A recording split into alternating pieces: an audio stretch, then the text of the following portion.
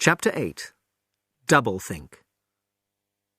On the 6th day of Hate Week, just before 2,000 Eurasian prisoners were hanged in the park, the people of Oceania were told that they were not at war with Eurasia now. They were at war with Eastasia, and Eurasia was a friend. You could hear it on the telescreens. Oceania was at war with Eastasia. Oceania had always been at war with Eastasia. Winston had worked more than 90 hours in the last 5 days of Hate Week. Now he had finished, and he had nothing to do, no party work until tomorrow morning. Slowly, in the afternoon sunshine, he walked up a narrow street to Mr. Charrington's shop, watching for the thought police, but sure, although he had no reason to be sure, that he was safe. In his case, heavy against his legs, he carried the book, Goldstein's book. He had had it for 6 days, but had not looked at it yet. Tired, but not sleepy, he climbed the stairs above Mr. Charrington's shop. He opened the window and put the water on for coffee. Julia would be here soon. He took Goldstein's book out of his case and opened it. Then he heard Julia coming up the stairs and jumped out of his chair to meet her. She put her brown tool bag on the floor and threw herself into his arms. It was more than a week since they had seen each other. "I've got the book," he said. "Oh, you've got it. Good," she said, without much interest, and almost immediately bent down to make the coffee. They did not talk about the book again until they had been in bed for half an hour. It was evening, and just cool enough to have a blanket over them. Julia was falling asleep by his side. Winston picked the book up from the floor and sat up in bed. "We must read it," he said. "You too. All members of the Brotherhood have to read it." "You read it," she said with her eyes shut. "Read it to me, that's the best way. Then you can explain it to me." The clock's hands said 6, meaning 18. They had 3 or 4 hours ahead of them. He put the book against his knee and began reading. There have always been 3 kinds of people in the world: the high, the middle, and the low. The world has changed, but society always contains these 3 groups. "Julia, are you awake?" said Winston. "Yes, my love, I'm listening." The aims of the 3 groups are completely different. The high want to stay where they are. The middle want to change places with the high. Sometimes the low have no aim at all, because they are too tired from endless boring work to have an aim. If they do have one, they want to live in a new world where all people are equal. At the beginning of the 20th century, this equality became possible for the first time because machines did so much of the work. A centuries-old dream seemed to be coming true.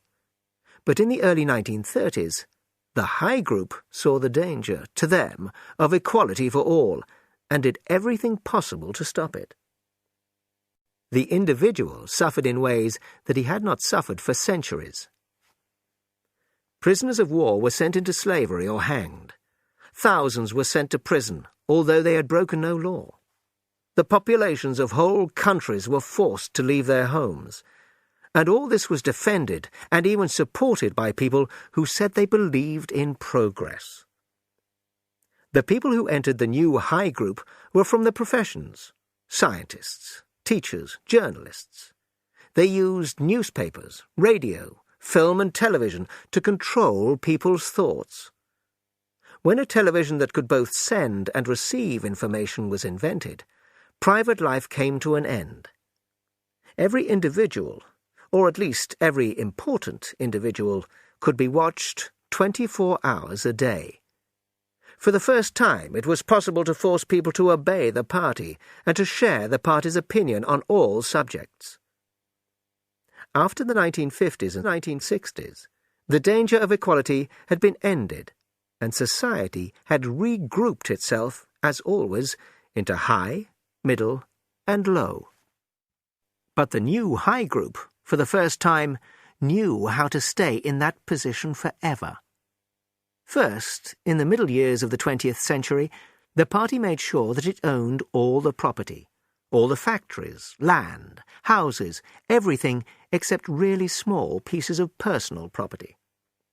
This meant that a few people, the inner party, owned almost everything, and the middle and low groups owned nearly nothing. There was therefore no hope of moving up in society by becoming richer and owning more. But the problem of staying in power is more complicated than that. In the past, high groups have fallen from power, either because they have lost control of the middle or low groups, or because they have become too weak, or because they have been attacked and beaten by an army from outside. After the middle of the century, there was really no more danger from the middle or low groups. The party had made itself stronger by killing all of its first leaders, people like Jones, Aronson, and Rutherford. By 1970, Big Brother was the only leader, and Emmanuel Goldstein was in hiding somewhere. The party then kept itself strong. The child of inner party parents is not born into the inner party. There is an examination, taken at the age of 16. Weak inner party members are moved down, and clever outer party members are allowed to move up. Although proles do not usually move up into the party always stops itself from becoming stupid or weak. The party has also made attack from the outside impossible. There are now only 3 great countries in the world. They are always at war, but none of them can win or even wishes to win these wars. Following the idea of doublethink, the mind of the party, which controls us all, both knows and does not know the aim of these wars. The aim is to use everything that a country produces without making its people richer. If people became richer, there would be an end to the worlds of the high, the middle, and the low. The low and the middle would not wish to stay in their places, and would not need to. The middle and low are kept in their places by their belief in the wars that none of the 3 countries can win. So the party has to end independent thought and make people believe everything they are told. The party must know what every person is thinking, so they never want to end the war. War continues, always and forever. People are given somewhere to live, something to wear, and something to eat. That is all they need, and they must never want more. They are given work, but only the thought police do their work really well. All good things in the world of Oceania today, all knowledge, all happiness, come from Big Brother. Nobody has ever seen Big Brother. He is a face on posters, a voice on the telescreen. We can be sure that he will never die. Big Brother is the way the party shows itself to the people. Below Big Brother comes the inner party, which is now 6 million people, less than 2% of the population of Oceania.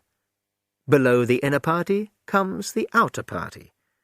The inner party is like the mind of the party, and the outer party is like its hands. Below that come the millions of people we call the proles, about 85% of the population. A party member lives under the eye of the thought police from birth to death. Even when he is alone, he can never be sure he is alone. He will never make a free choice in his life. But there is no law and there are no rules. They are not necessary. Most people know what they must do. In Newspeak, they are good thinkers. And since party members were children, they have been trained in 3 more Newspeak words: crime stop, black-white, and double-think. Even young children are taught crime stop. It means stopping before you think a wrong thought. When you are trained in crime stop, you cannot think a thought against the party. You think only what the party wants you to think. But the party wants people to think different thoughts all the time. The important word here is black-white. Like many Newspeak words, this has 2 meanings. Enemies say that black is white. they tell lies. But party members say that black is white because the party tells them to, and because they believe it. They must forget that they ever had a different belief.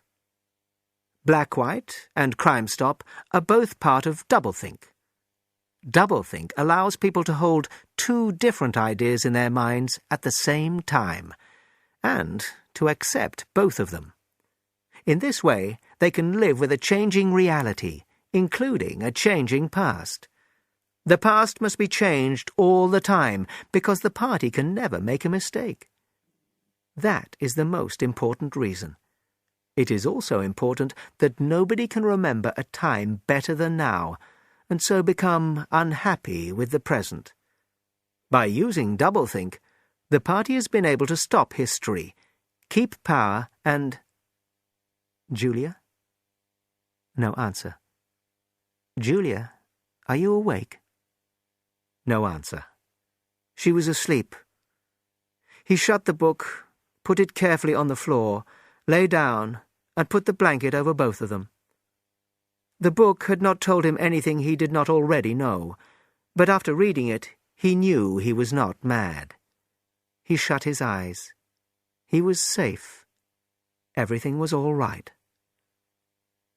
When he woke, he thought he had slept a long time, but, looking at the old clock, he saw it was only 20:30. Outside he could hear singing. It was a song written in the Ministry of Truth, and a prole woman was singing it. If there was hope, thought Winston, it was because of the proles. Even without reading the end of Goldstein's book, he knew that was his message. The future belonged to the proles. Party members were the dead. "We are the dead," he said. "We are the dead," agreed Julia. "You are the dead," said a voice behind them. They jumped away from each other. Winston felt his blood go cold. Julia's face had turned a milky yellow. "You are the dead," repeated the voice. "It was behind the picture," breathed Julia. "It was behind the picture," said the voice. "Stay exactly where you are. Do not move until we order you to." It was starting. It was starting at last. They could do nothing except look into each other's eyes. They did not even think of running for their lives or getting out of the house before it was too late. It was unthinkable to disobey the voice from the wall. There was a crash of breaking glass. The picture had fallen to the floor. There was a telescreen behind it. "Now they can see us," said Julia. "Now we can see you," said the voice. "Stand in the middle of the room. Stand back to back. Put your hands behind your heads. Do not touch each other." "I suppose we should say goodbye," said Julia. "You should say goodbye," said the voice. There was a crash as a ladder broke through the window. Soldiers came in. More came crashing in through the door. Winston did not move, not even his eyes. Only one thing mattered. Don't give them an excuse to hit you. One of the soldiers hit Julia hard in the stomach. She fell to the floor, fighting to breathe. Then 2 of them picked her up and carried her out of the room, holding her by the knees and shoulders. Winston saw her face, yellow with pain, with her eyes tightly shut as they took her away from him. He did not move. No one had hit him yet. He wondered if they had got Mr. Charrington. He wanted to go to the toilet. The clock said 9, meaning 21 hours, but the light seemed too strong for evening. Was it really 9 in the morning? Had he and Julia slept all that time? Mr. Charrington came into the room, and Winston suddenly realized whose voice he had heard on the telescreen. Mr. Charrington still had his old jacket on, but his hair, which had been almost white, was now black. His body was straighter and looked bigger. His face was the clear-thinking, cold face of a man of about 35. Winston realized that for the first time in his life he was looking at a member of the thought police.